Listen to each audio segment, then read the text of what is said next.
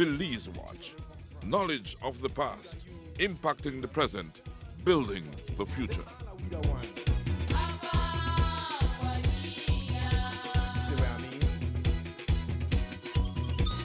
Jump and shout all over the nation. We're breaking out with a new creation.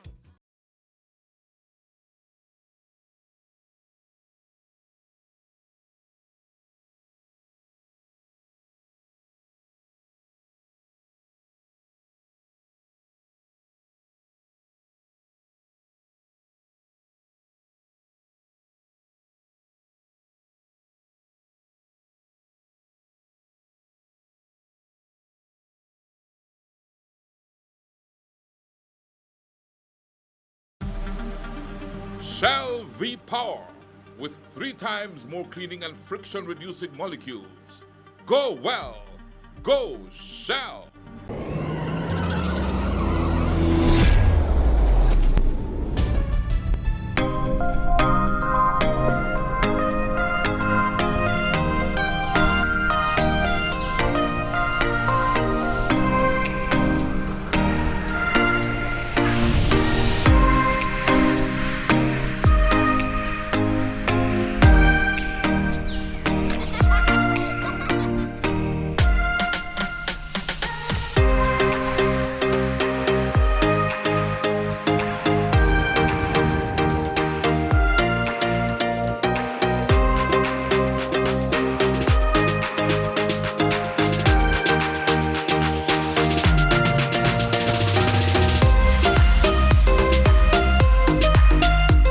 I'm a Belizean traveler. Are you?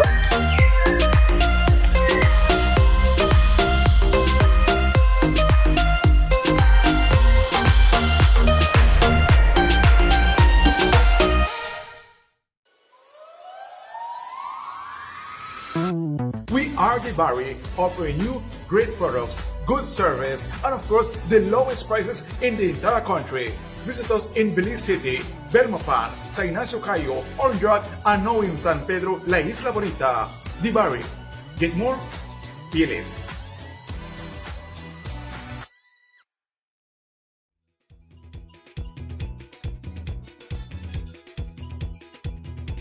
It don't matter what part of the jewel you come from. You da you and me da me. But guess what? All are we the one. See what I mean? We are at Copal Tree Lodge.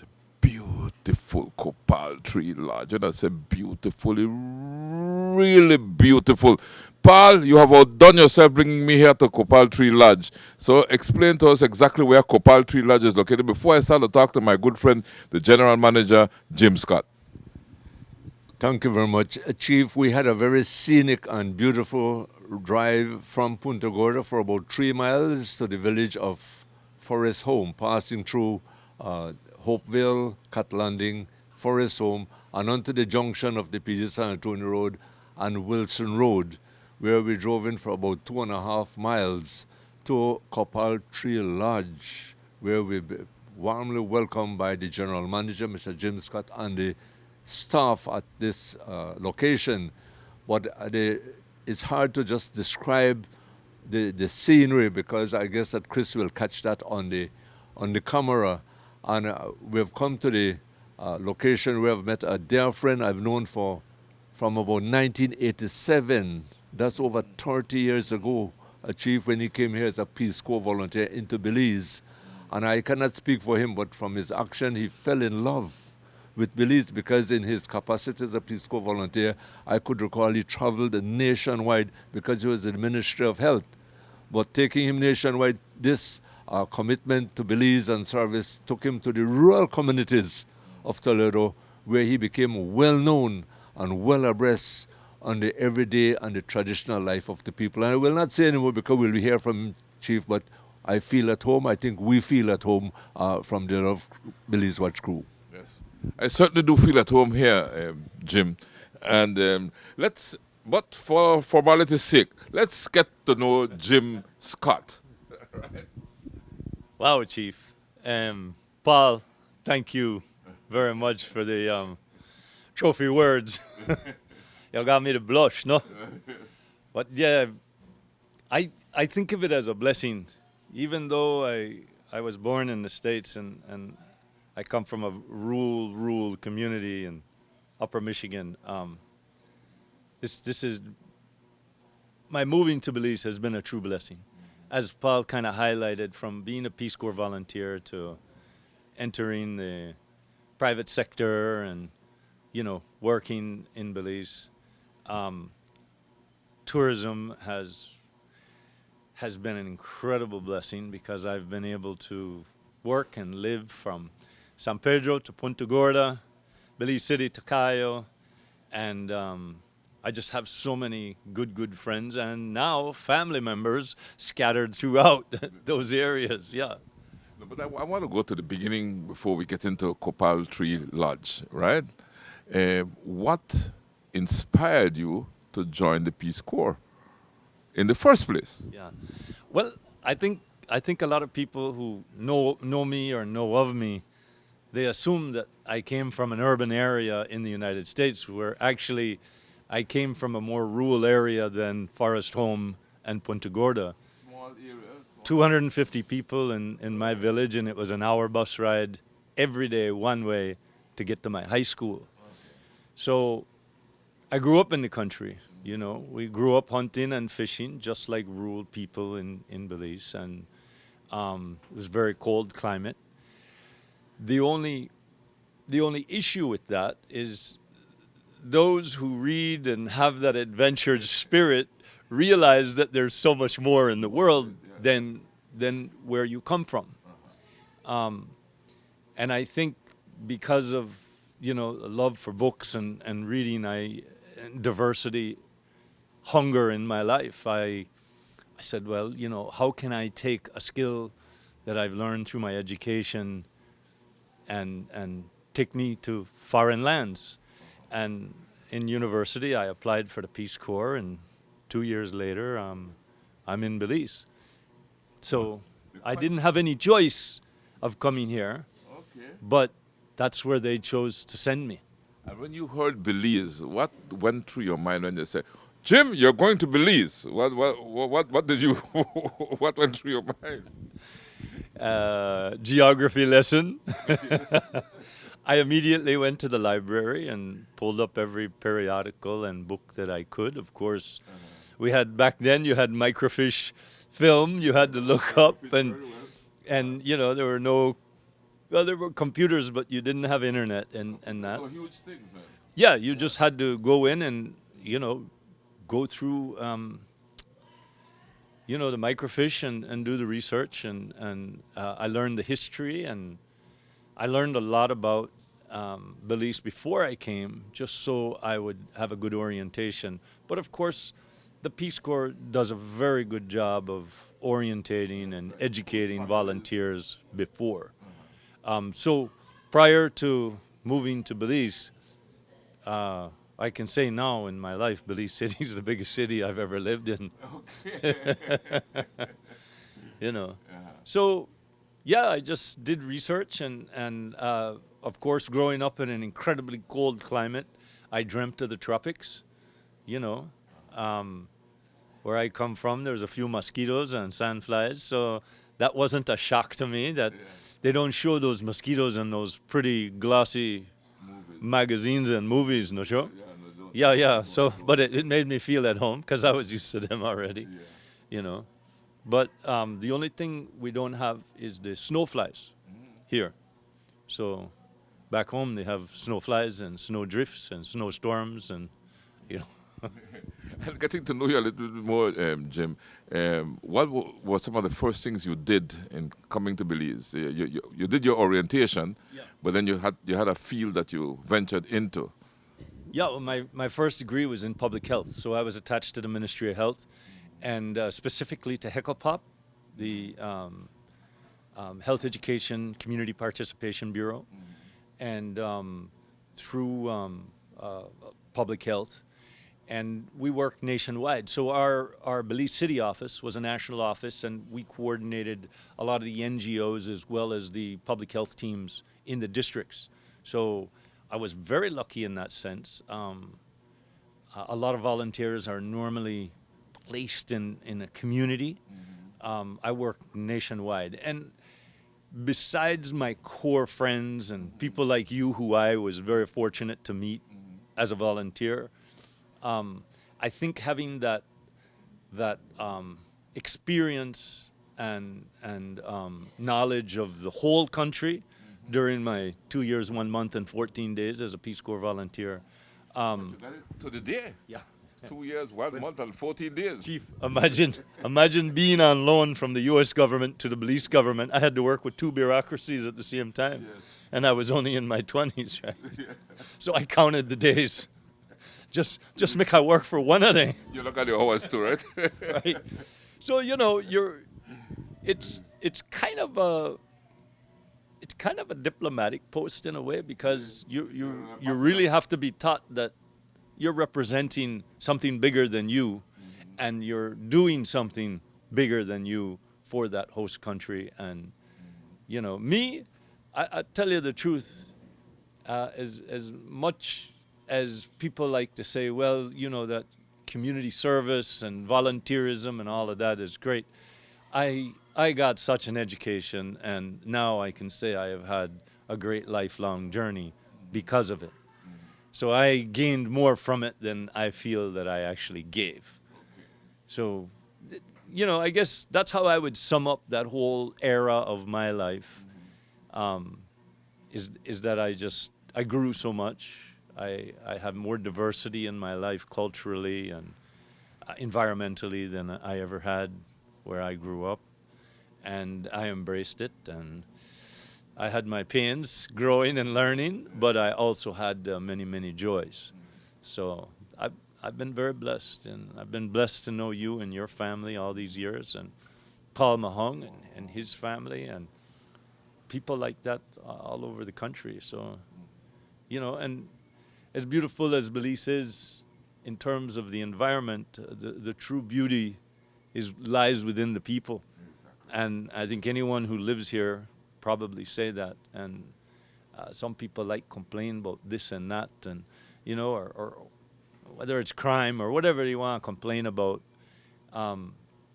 There's far more good, great people than there are bad ones. And no matter where you go, you got bad ones, right? That's right. So it's just truly the jewel that everybody calls it.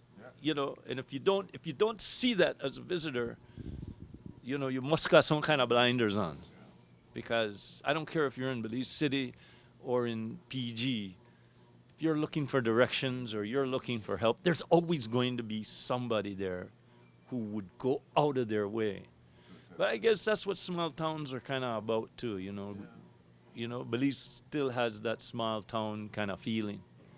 But after those 2 years, 14 days, and let us add some hours quickly here, maybe 8 hours. What made you decide to stay? What prompted you to say, I'm not going back, I'm going to stay here, I'm going to make this my home? Not too many people know this, Besides, at the time, dating one of your broadcasters. Better you say it, right? Okay, because right. you went to the radio station and you took away one of our broadcasters, but go ahead. What happened, Chief, is that I was offered a job with the Ministry of Health after Peace Corps. Okay. But it was funded by the EU.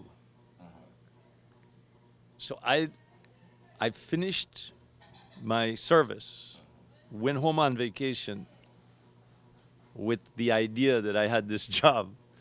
And a lot of people don't know this, but I got back and I found out that the EU did not approve my nomination to the Ministry of Health because I was an American citizen.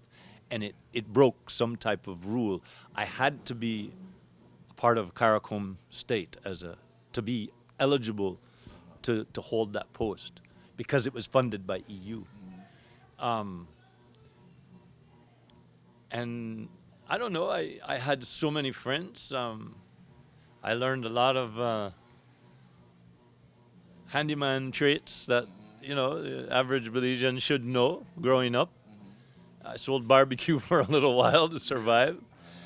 and then this job in tourism opened up in San Pedro, and at that time, 89, 90, I probably knew the country better logistically, on a budget, or and people than most, Belizeans. And it fit perfect as kind of your consummate concierge and tour guide. And I took a job in San Pedro, and I never looked back. Belize became home, and of course you started your family as well. Yes. I started my family soon after privatizing my life. And, I've got my 3 kids. I got 2 grandkids, and, And you're a happy Belizean today. I'm a Belizean by choice. By choice, yeah. How's that? Yeah. Which is very important, As Lord Rayburn says, you banya, but I choose ya. Yeah. So I always told him he has to rewrite that song for me. That's why we keep saying Belize is love, right? And we choose to love, right? So we choose Belize. Yeah. Yeah, it was, I don't know, it was an easy choice. I think when I lost that job, there was a little bit of fear in me that I would have gone home and kind of with my tail tucked between my legs. But I said, no, man, I had so many people who supported and championed behind me. The director of the Red Cross at the time was Matron Courtney, Audrey.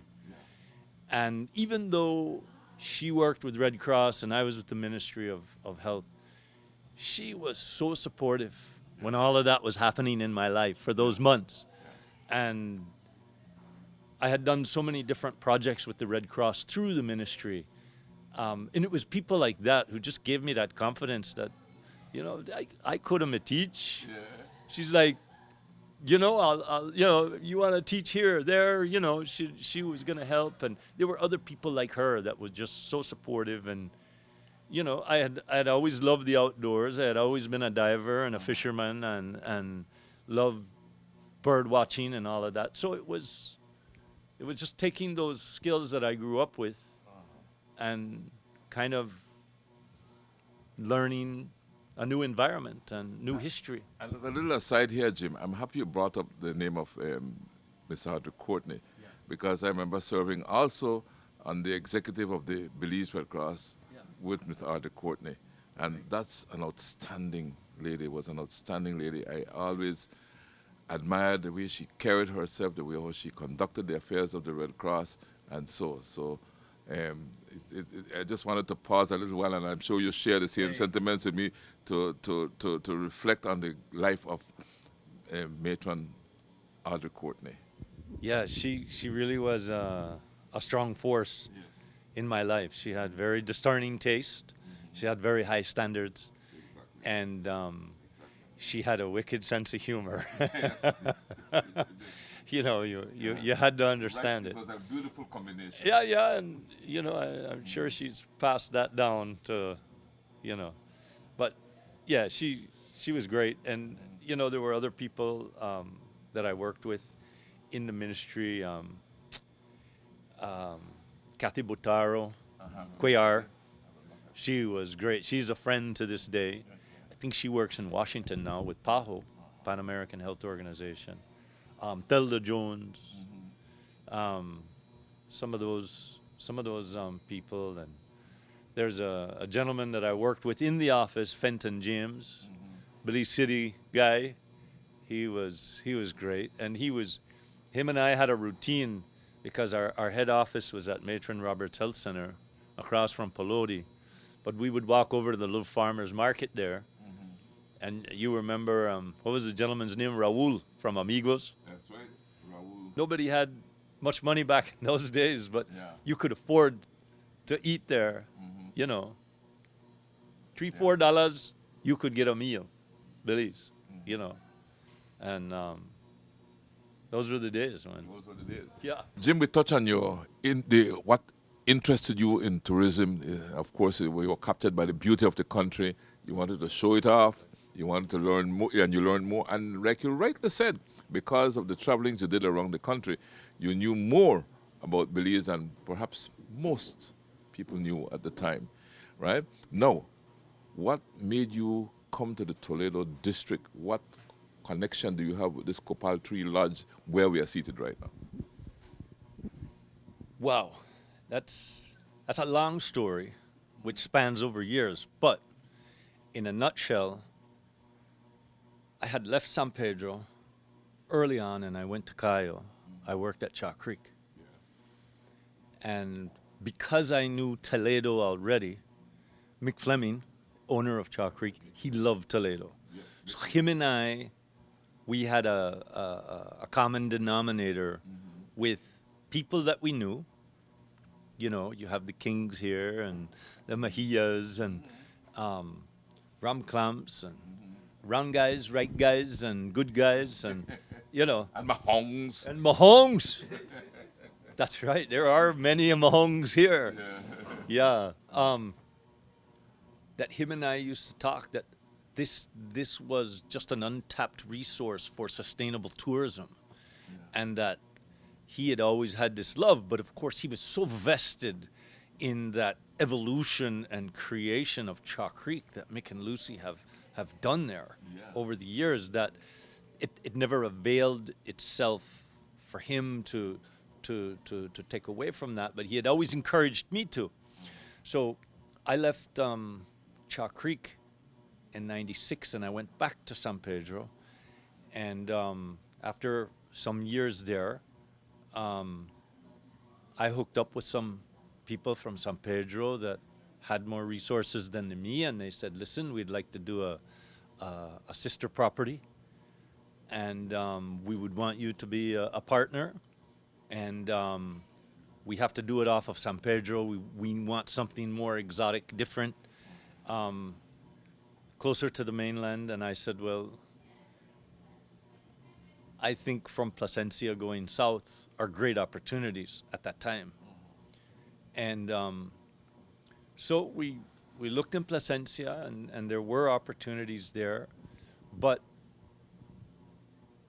El Pescador was the property that in San Pedro that I was talking about, and Placencia was established with good fly fishing guides and an industry that was growing. Yeah. Well, it didn't work out there, and I said, well, let's go to PG. So I was kind of looking for properties through the group, and I called up my friend, the patriot, Will Mahia, and I said, Will, because I had met Will years before that, and I said, Will, you know, we'd look for a property, and you think you could help me? I introduced me to some people, you know. I figured I was going to see Alistair King and a few other people that I knew, but Will was so willing to help, and he was took with Tide at the time, right? Or starting Tide. Yeah, that's right. He was a director at Tide, and but you know, Will had that vision of the symbiosis between tourism and conservation, as long as they were done right, and in conjunction of environmental values. And he's still a champion at that too. And he's still a champion. He's still a champion. So we shared so much in terms of those kinds of values. So he knew. So I kind of cast our vision, what we were looking for. We went as far down as Barranco and Mojo River, up to Ponte Icacos, around some of the islands. And I said, listen, man. Alina and Alistair was small then, right? I said, Will, I don't want my kids having to go to school in a boat again, right? It was a great experience. San Pedro was more set up for that, but here the waters are a little rougher. And so I said, let's see if we can't hit one of these rivers. And look at the rivers we have here from Sarstun, Mojo, Colombia, you know, Rio Grande, Temash. Deep River, Temash. Yeah. So we started looking at areas that would be accessed by roads, so, you know, it'd be easier to get guests in, and, of course, you know, infrastructure for building and all of that. So we kind of scrapped some of those coastal direct coastal areas, and he says, let's go for a boat ride. So he took me up the Rio Grande, and right at the foot of this hill, we put the boat up on the riverbank, and we hiked up here in our rubber boots. It was all jungle, jungle, jungle. And, you know, it's a pretty steep hill. I know that hill very well. Well, there were no steps there. Yes, you have put in some steps. I mean, let's tell folks that there are steps now, and you have a trolley that takes you down now because it's steep. Yeah, the tram is 300 linear feet Yes. over a 30% grade, so it's the biggest elevator in Belize, I think. That's right. But we hiked up here, and you know, Chief, this natural plateau right here, the car park over by the pool, those other jungle rooms over there, it was naturally flat on top of this little, and this is only halfway up the hill. Yeah, because And it was beautiful. And it was high canopy. This was pre-iris. High canopy, and I was like, holy smokes. 5 miles to the sea, fishing, snorkeling, diving, because we were doing diving in PG then, and access to the rural villages and right here. So Will said, we're not done yet, right? So we gone back into town, and Will said, park the boat, we jump in his truck, and we drove to the farm at the bottom. Back then it was a citrus farm and a flower farm. Had those tropical haliconias and gingers. It's changed a lot. So he introduced me to the farm manager, Mr. Dick Bardalis, Mr. Tim's son. Tim Bardalis. Right.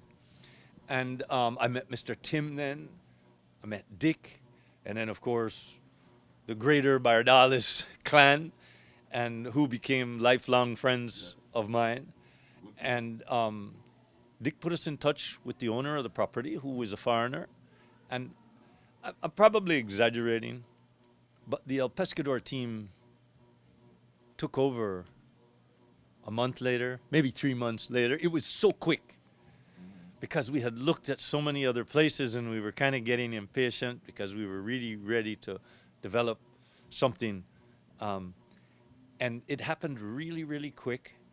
And I'm telling you, we had to put this road up the hill in before we could do anything, but we got a good contractor. And it was a mix of Cayo people and local people that helped us build it. I staked out with the contractor supervisor every room up here, and we talked about how it would be terraced over the hill and this lodge building and stuff. So, and it had all happened. 3 years later, we were Hotel of the Year.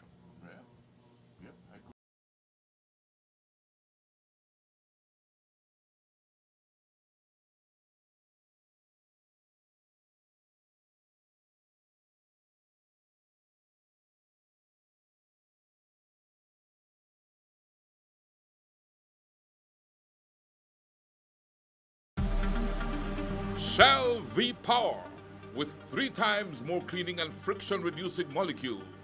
Go well. Go Shell.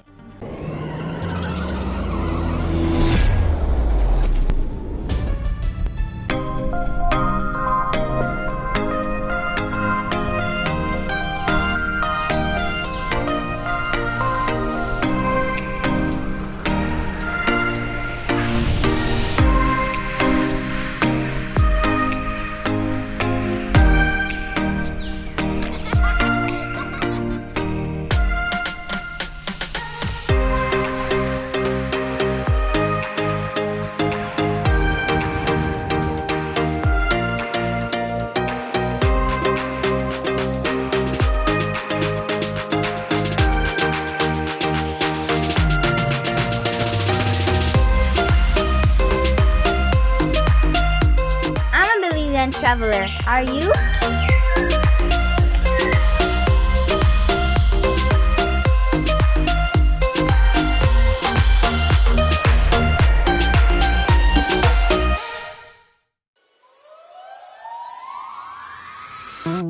We are the Barry, offering you great products, good service, and of course, the lowest prices in the entire country.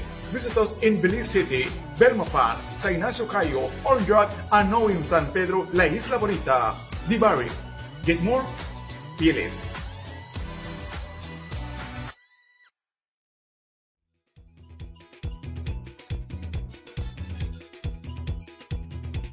It don't matter what part of the jewel you come from. You that you and me that me. But guess what? All are we the one.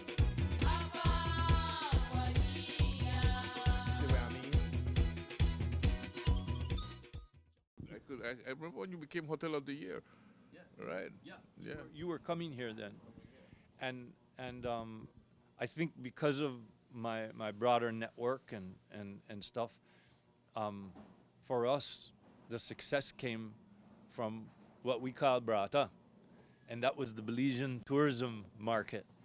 I had so many friends from Belize City who came down here, and from Cayo and San Pedro, and venturing down what was an unpaved road from Hopkins all the way here back then, or flying.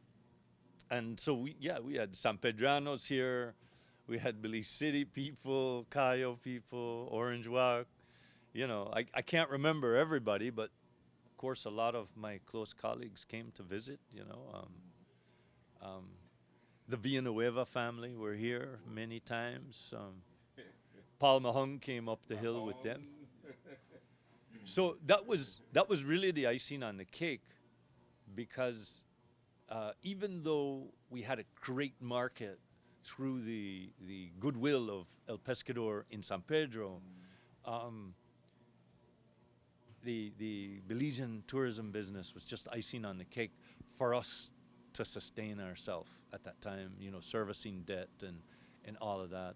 And then at the same time, what was happening in Toledo and PG, organizations like Tide were trying to transition from traditional fishing practices and nets and all of those things that could have, that did affect the sustainability of our natural resources. They started training and tour guide training and fly fishing training, diving, and they invested so much, and it was just perfect timing for us to just dovetail off that inertia that Tide created, and some of the other NGOs that were funding it, and other organizations like Orvis and the Nature Conservancy, and these are international partners that are working with Belize government, working with some of our NGOs like Tide,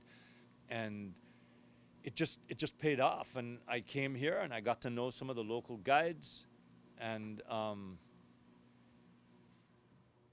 I kind of cast them our vision, because there really wasn't anything like what you see in San Pedro at that time. There was just nothing. Or Cayo, that vibrant tourism, like showing up like that. There's great guest house in town. At the time there was the Tea Project, the Toledo Ecotourism Project, where you could stay in a home and stuff. But there is also a market like Copal Tree Lodge, or El Pescador South at the time, that the guests just wanted a little bit more in terms of comforts and stuff. So I guess we kind of put that upscale market on the map in Toledo at the time. And of course it came with great experience from my partners and the hard work we all put into it.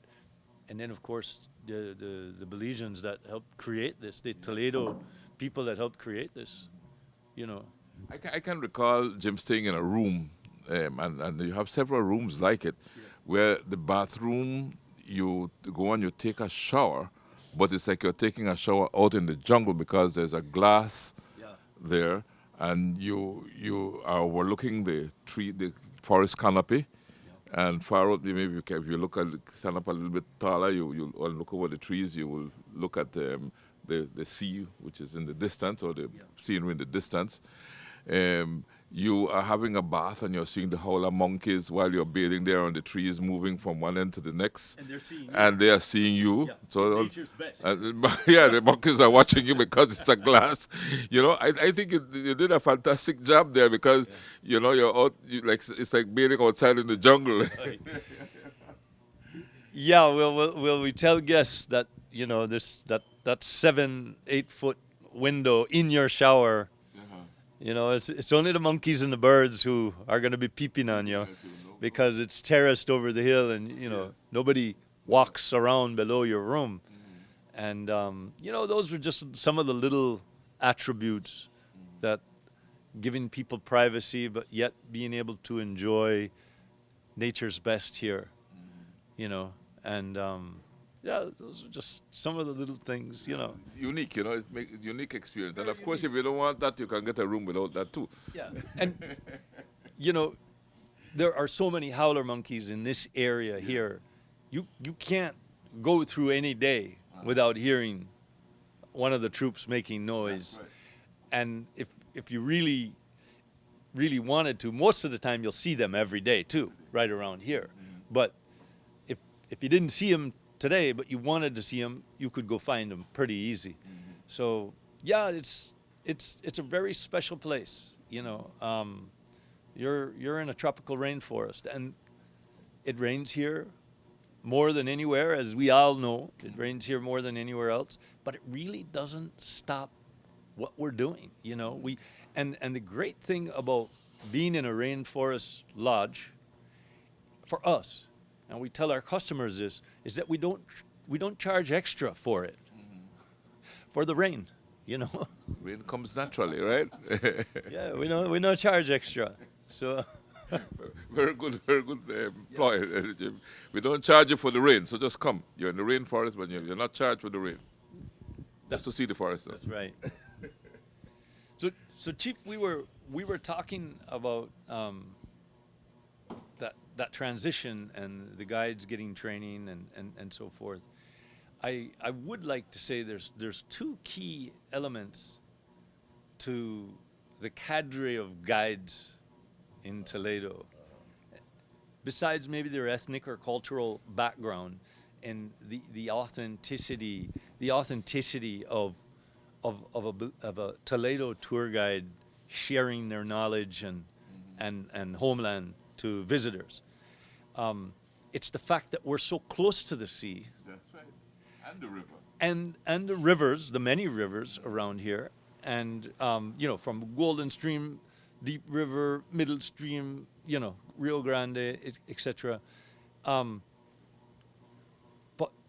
we also have such vast archaeological parks, natural monuments, caves, waterfalls, Maya villages, Quechua villages, East Indian villages, Garifuna village. It's kind of special in that way. Nowhere would you find a fly fishing guide who is also an archaeological guide. He's also a birding guide, a snorkeling guy. You know, these guys are so versatile, and I think Paul Mahung would probably speak on this too. But in guiding, like the medical field, they have what's called the bedside manner. You know, how do you make your guests feel? And these Toledo guides, man, the comments we get from customers about the quality of guiding knowledge, but also just their hospitality, their welcome, sharing, and pride they take in where they grew up, you know. And of course, Toledo is home also to Tide, which is one of the great conservation promoters in our country. You know, Tide does a wonderful job at promoting conservation and the proper use of the environment, things around us, in a sustainable and developmental fashion.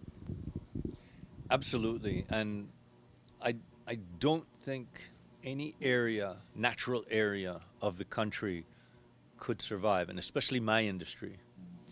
And I don't think I would be in tourism if it didn't have that component. But I don't think our tourism industry would survive without those NGOs, without those professional people who manage our natural resources and who are guiding us into the future to sustain those resources, you know. Yeah.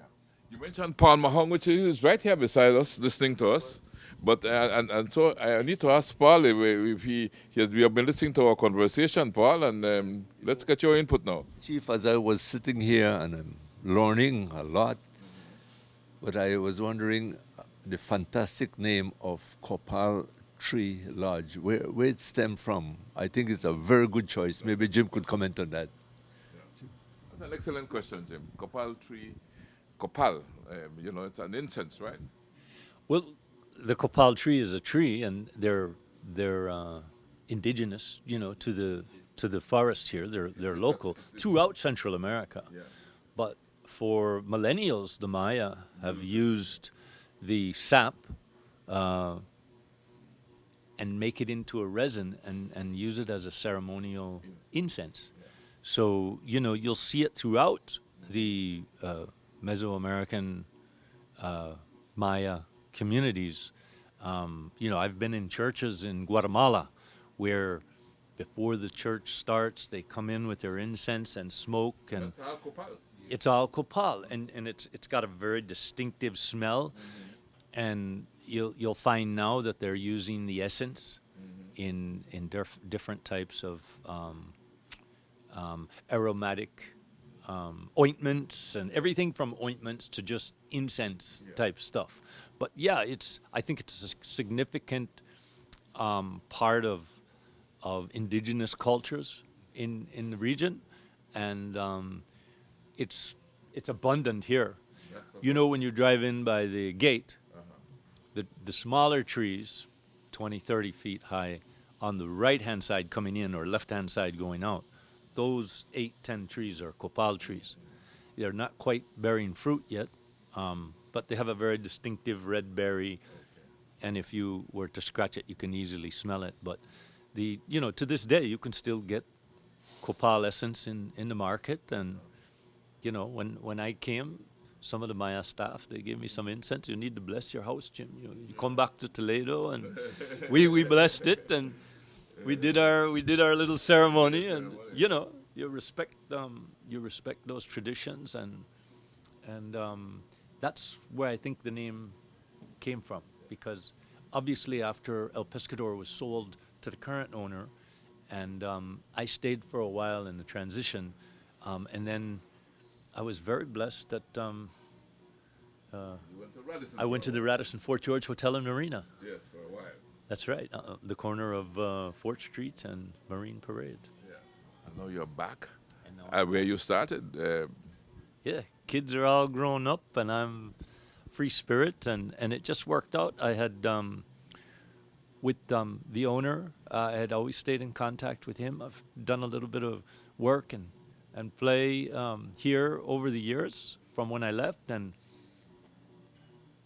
post-COVID, I was called and said, hey, what are you doing? Would you think about coming back? And it was like perfect timing. Yeah, it really was. I love the bush. As much as I love the Keys and fishing like you, Chief, and Paul, I love the bush, and I just like to have access to the water. I don't have to live on the water, Access to that's important thing. It's not far away. No. I went to live somewhere where I dug out the ponds just to have water close to me, because you need to have water around you. You feel good when you can get up in the morning and look at some water. And you know what they say about boats, right? The best boat to have is your friend's boat, because you only have to put beer and gasoline in it. Very important. You don't have to pay for the boat. What I think would be unique, and maybe Jim could comment on it, if you become a guest here and you'd like to go fishing out in the sea, the Port Honduras Marine area and other areas, the fishing zone areas, you don't necessarily have to take a drive by road to get out there. I think there's a natural scenic ride on the Rio Grande. Jim, would you comment on that? Yeah, we offer a variety of fishing and marine tours. Like I said, Toledo has excellent fishing guides and fly fishing guides. They're really well known throughout the world. You know, people have been coming back from when I was here in 2000, 2001. Some of the guides that we use are still fishing with some of the people who have been coming back all this time. So you know you're good when you have guests who have been coming back over 20 years and fishing, you know, with a specific guide. But we also do river fishing. You know, there's a lot of fish in the river, from snook to tarpon and jacks and stuff like that. And then if you just want to do drop fishing, you know, catch sanli, pan-size snappers, and I think one of our signature trips is we have a small catamaran down by the river, and we do a snorkel with the chef. Okay. We only take 8 guests. That's it, a maximum of 8 guests. But you have a chef on board, you have a bartender, you have a guide, and you have a boat captain. So very safe, secure boat. It's got a flat bottom, it's got a roof covering, so people can walk around. There's tables on it, and very easy access on the bow with a nice ladder that goes into the water. And it's really just a fun day. You barbecue everything fresh. We bring protein like chicken or sheep or something like that.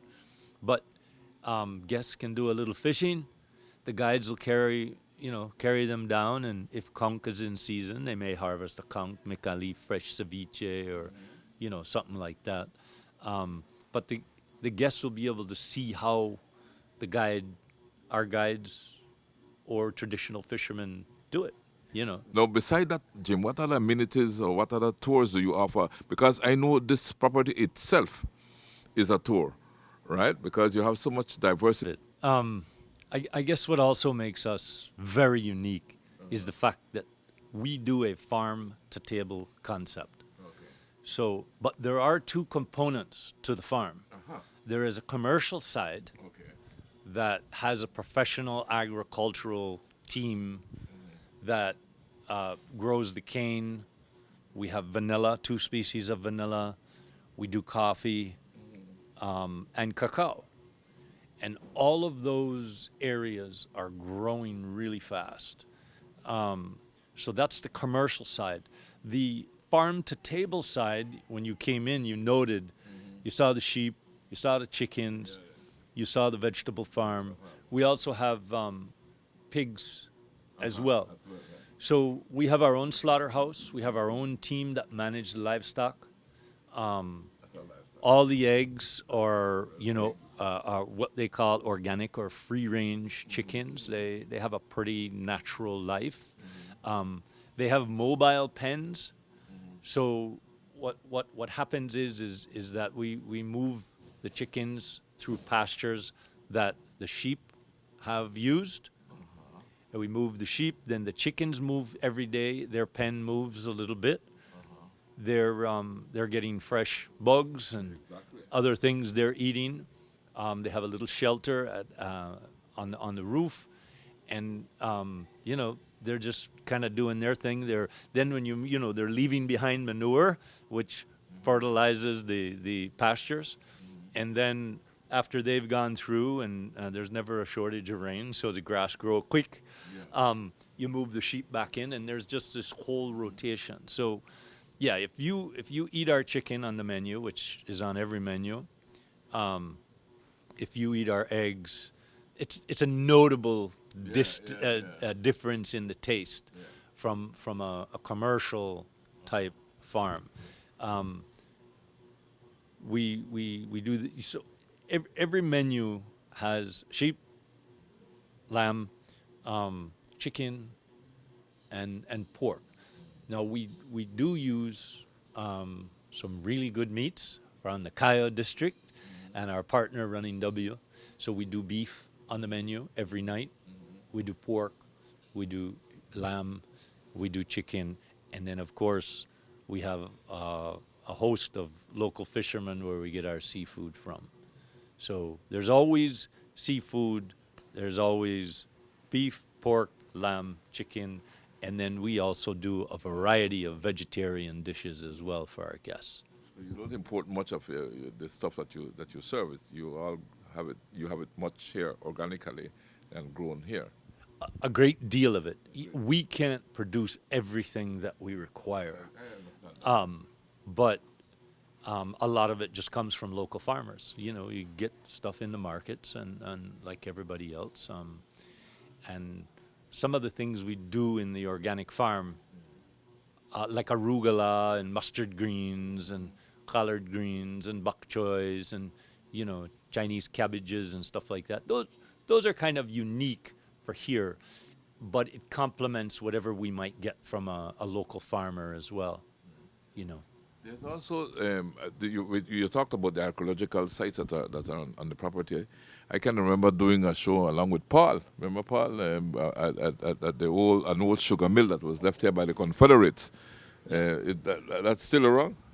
Yeah, it's right down at the Agro Center. A lot of people don't realize, and what's historically significant about the Kopal Distillery is that the rum and sugar industry started in Toledo.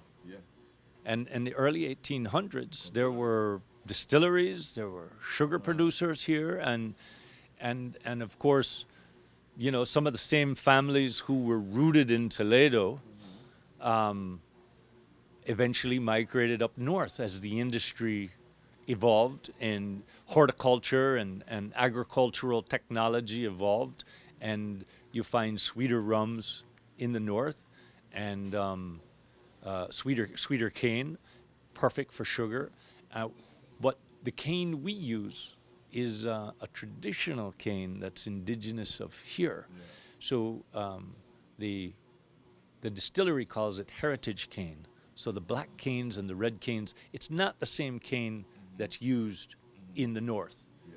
And theirs are very specific for their rums and the sugar industry. So just different species of cane and used for different things. The other, besides the history of cane producing here and the distillery and so forth, for the older listeners, Chief, you probably remember Rocky Run rum. Yes, I remember Rocky Run rum. That was produced right around here. Original Haas Tonic. Yeah. Your original Haas Tonic. Tonic, yeah. So that was done right on the same farm. Right on the same farm, yeah. So we've kind of rekindled an old historical industry over several hundred years, and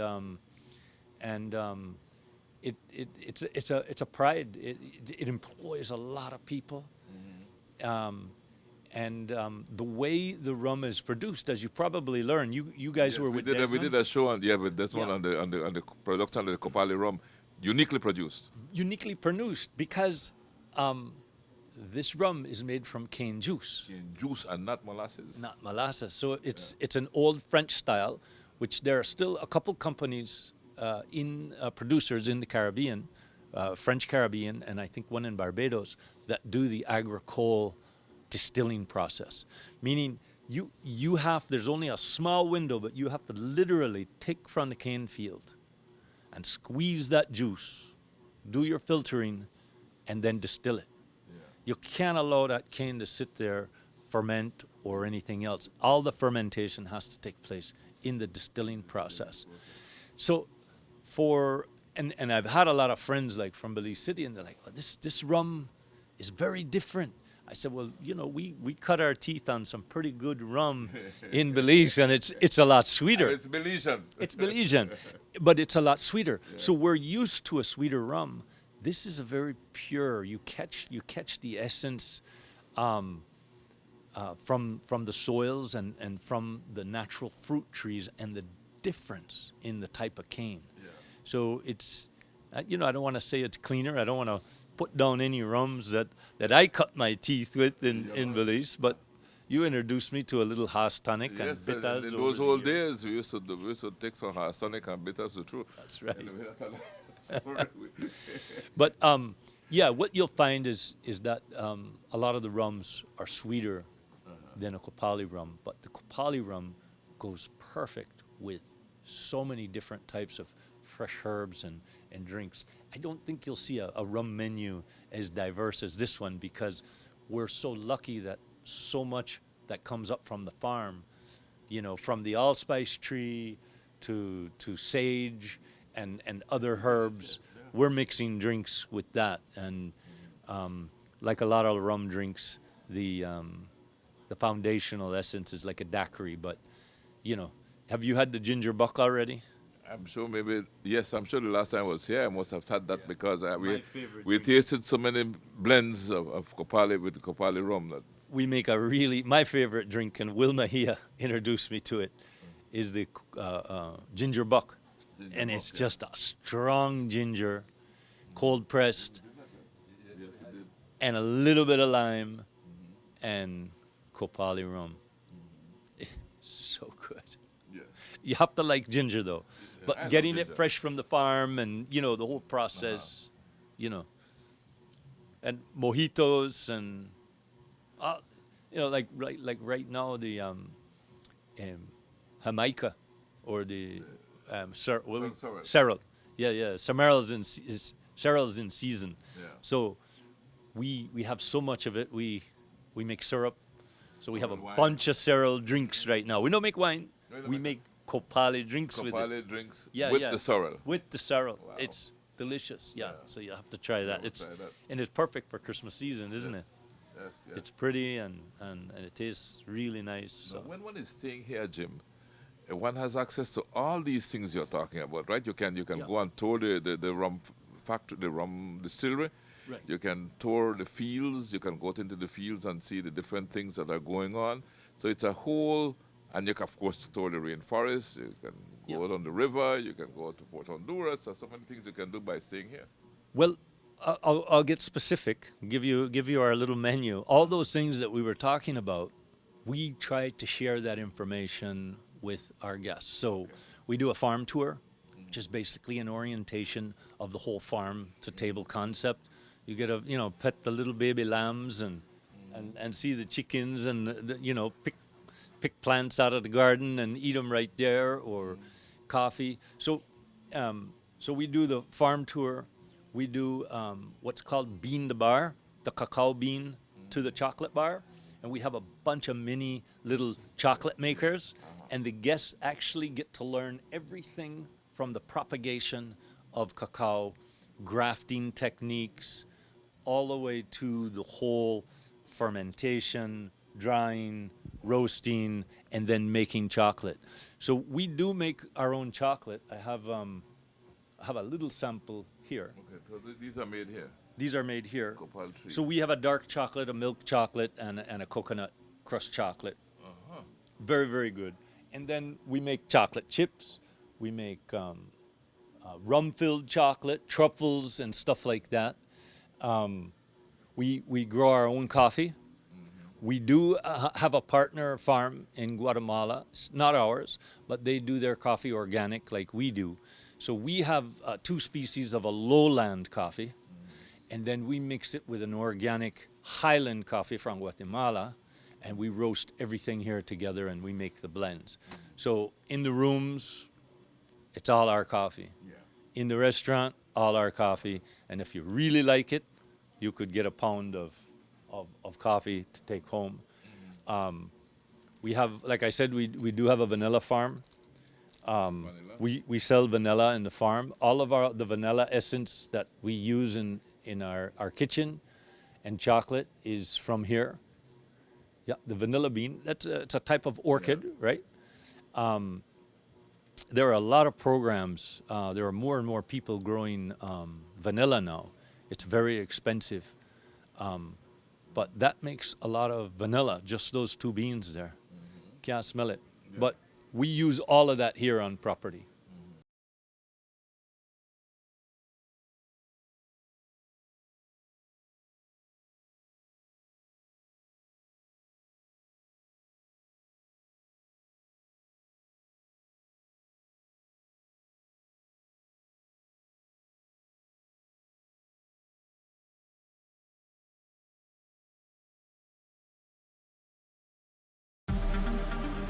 Shell V Power with 3 times more cleaning and friction reducing molecules.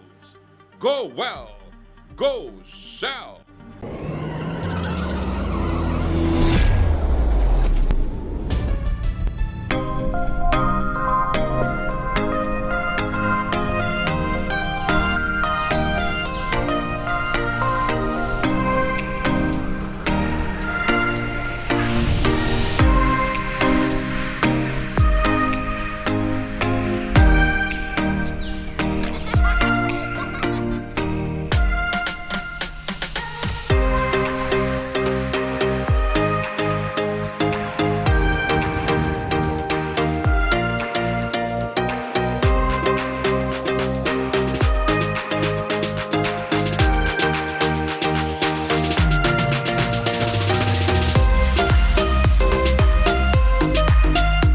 I'm a Belizean traveler. Are you?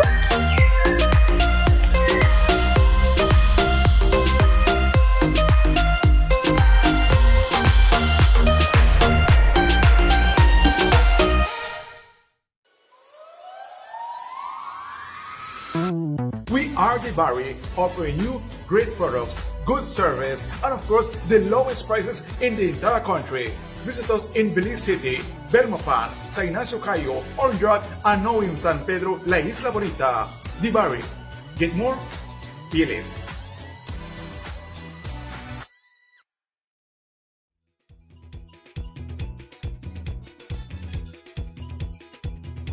It don't matter what part of the jewelry come from. You that you and me that me. But guess what? All are we the one. See what I mean? The majority of the cacao goes to the distillery that we grow, and they make the cacao. Cacao rum, Yeah. which is unique again. Yeah, and again, I think you went over We there. went over there. We saw. You we like saw it being chocolate? done. I like chocolate. Yeah, so they have a drink here. I swear if you tasted it, you would think it was dessert, but it's a chocolate drink with Kopali cacao rum. It's called Lubentun. Okay. My goodness, I could have one of those a year. That's it. I know Paul wants to ask us something about Lubantun. No, because we actually, when you spoke about the Kopal at Lobantun, there we witnessed the Cortes dance and the blessing of the costumes and the drums and the flute and everything else by a religious spiritual person used the incense from the Kopal. So it's very traditional, it's cultural, very historical, and that is why I draw it when I named to the name Copal Tree Lodge. But Jim, along with all the special and outstanding features of Copal Tree Lodge here and the home environment, the natural green environment, what keeps me coming back here, and I guess many others, is the smiles on the staff here, the warm hospitality. Would you want to comment to where these people come from? I'm just backing up Paul. I need to back up what you said, Paul, because I have been coming here over the years and I see some of the same faces, right? But they're always welcoming and smiling, right? And they always greet you by your first name. I don't know how to remember all the names, but I'm usually greeted by my first name. But Jim, your staff, man, let's talk about your staff. Well, like Toledo, we have a very diverse group of team players here, and I don't know.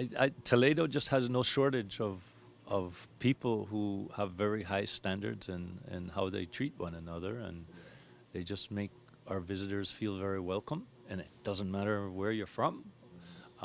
Everybody's treated the same with a deep respect and joy to be able to share what we have here, and yeah, there's an old hospitality saying, you don't hire someone and teach them how to be nice. You hire nice people, and in Toledo, it's just easy to hire nice people. People in Toledo District are usually nice people, all smiles. Yeah, and I think the technical skills in hospitality, whether it's food and beverage or guiding, That's the easy part. You know, if you didn't, you grew up with a spoon or a shovel, as we would say, a rake instead of a shovel. We could teach you. You know, that's all teachable stuff. How to open a bottle of wine. You know, you don't grow up in that culture. That's okay. We'll teach you, and the best thing is just the brilliant way that people here take pride in what they do, and it shows. Yeah, a Belizean really is very friendly, and that's what makes a lot of people who visit our country wants to stay here, because our Belizean people, our native Belizean people, are extremely friendly people. Absolutely. Right? And we adapt easily to our visitors and embrace them when they come here to visit in our beautiful country. Now, how many people you have employed here, Jim, overall in the farm, and how many lives are you affecting? Well, remember, we're really three different businesses. Yeah. We're the lodge and the farm to table team. And then there's the commercial sector of the farm, the agricultural arm. That's a separate business. And then Kopal rum distillery. We're just very lucky that we're all situated in the same area.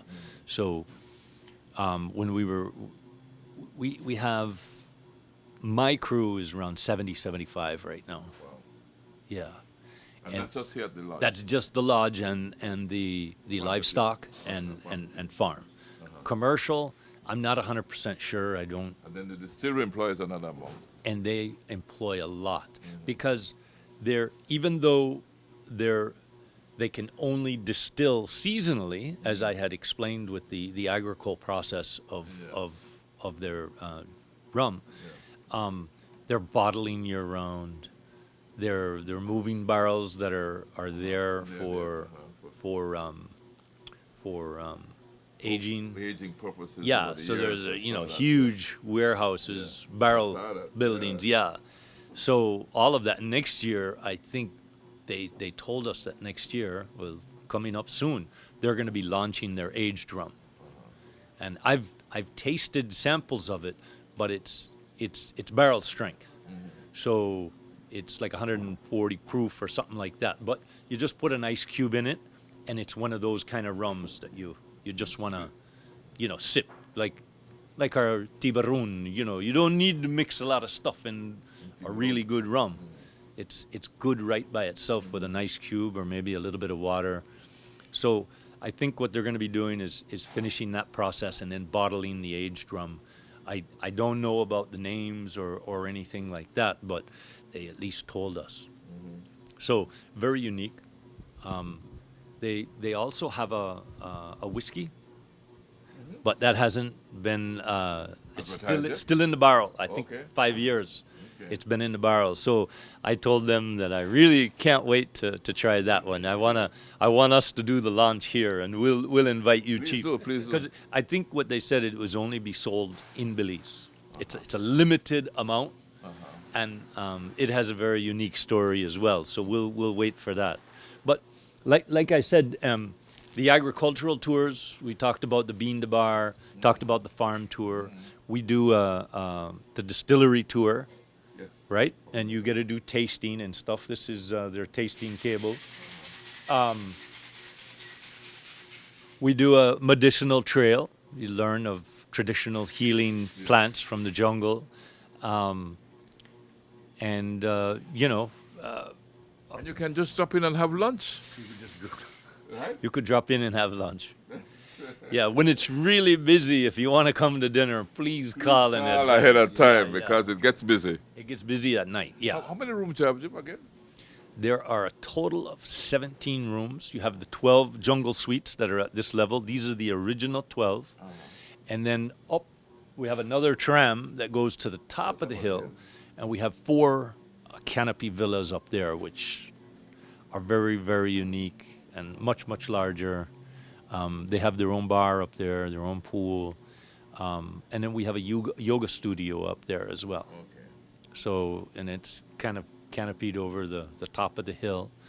And one of the rooms is a 3-bedroom house we call the family villa.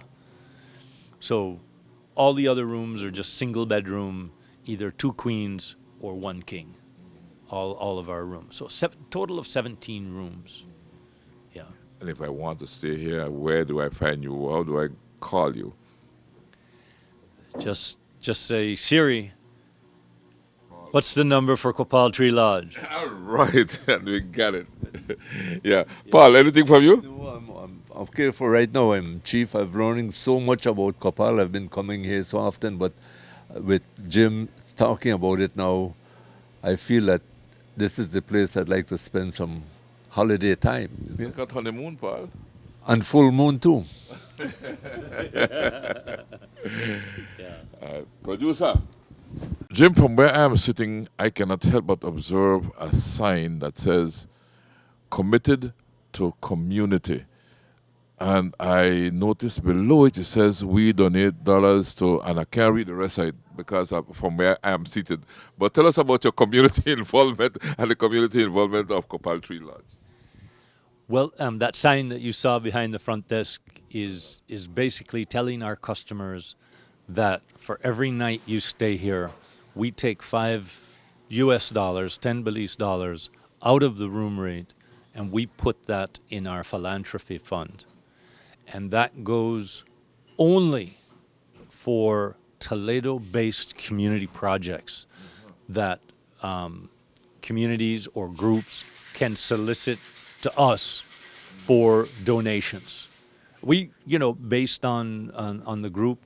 Now, what we try to do, because our staff come from a variety of communities, from Blue Creek, San Pedro, Colombia, to San Felipe, Punta Gorda, Jacinto, Forest Home, Cattle Landing, is we try to engage our staff to identify those groups that are doing genuine programs and that they are a part of that community and can kind of, give us a little bit more of a recommendation what we do. The only exception, Chief, was after the recent hurricane, we did do a nice donation to the Rotary Club of Belize because you guys were helping so many people direct families and homes that needed help. So that was the only exception that I know about of a donation outside of Toledo District. I like how you say you guys and you yourself are a Rotarian. Yeah, well, You are a Rotarian. yes, sir. I miss you guys though. You are a Rotarian of the Rotary Club of Belize. Yes, I miss our club a great deal, but I'm not there on a daily basis like I used to be with you guys. But I still catch the news and you sit on the Kohli Foundation board, which is made up of mostly Rotarians. yeah, and I'm so blessed to be on that board with you, Chief, at Colby. It just amazes me the things that our team there does, and there's always room for improvement, but just with that recent challenge, just to see what they did, action and Action. yeah. Well, Jim, talking about action, and the future. Let's look at how does the future look like for Copal Tree Lodge? Well, first, I would like to say for all my friends and family around the country, come pay we a visit. The road paved from Corazal all the way to PG. So only 2 miles off the San Antonio Highway do you have to be on gravel to get here. So come visit. It's a very unique property, and come sample the rum. But I guess our changes in the future, in I would say the next 6 months to a year or ongoing, is the expansion in agricultural opportunities commercially.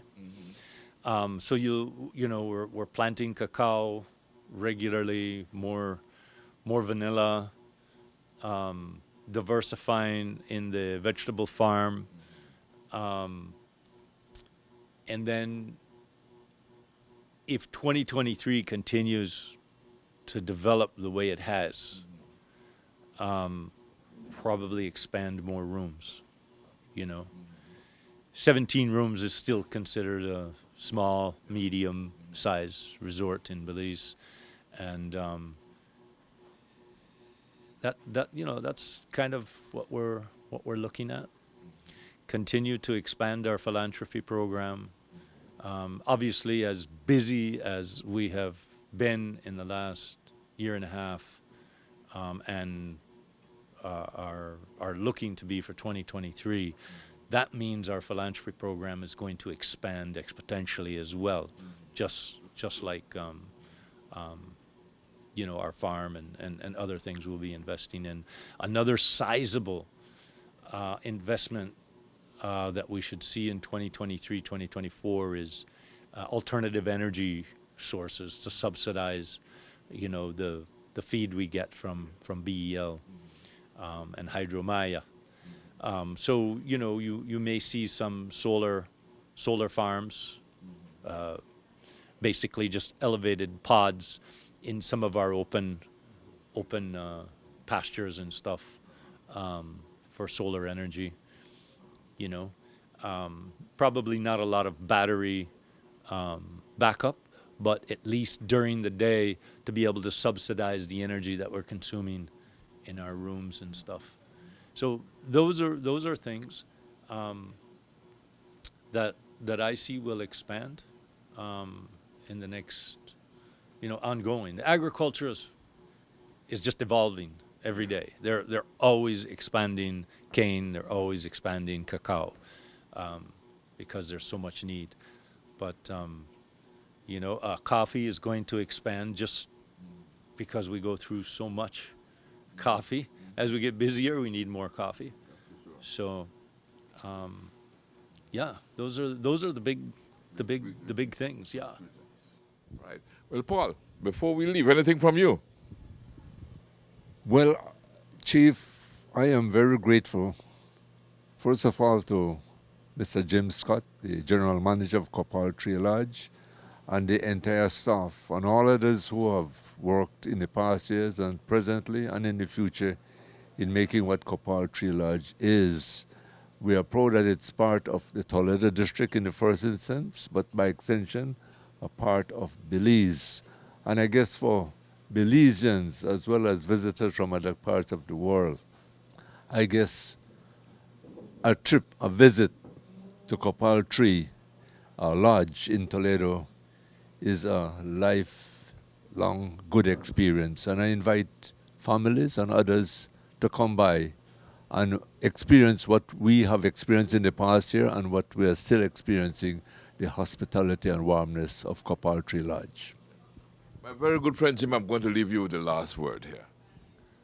Thanks for choosing love. I like how you said Jim, because you preempted me. I was about to say the same thing, that there's a lot of love here at Copal Tree, right? Lodge, right? It's all about love, and whatever you have done is a labor of love, right? Yeah. And so make we say it together then if you want, right? You know the drill very well, Jim. We go way back, Yeah. Thank you so much for your kind hospitality. It's been a great pleasure for me, my Rotarian brother, and to see you doing your thing and to be here with you and to be entertained by you. Always we have a good time when we are together. So, with that, let us 3, 2, 1. Belize and beyond. Thanks for choosing love. Love. All right. Belize Watch. Knowledge of the past, impacting the present, building the future. Celebration time.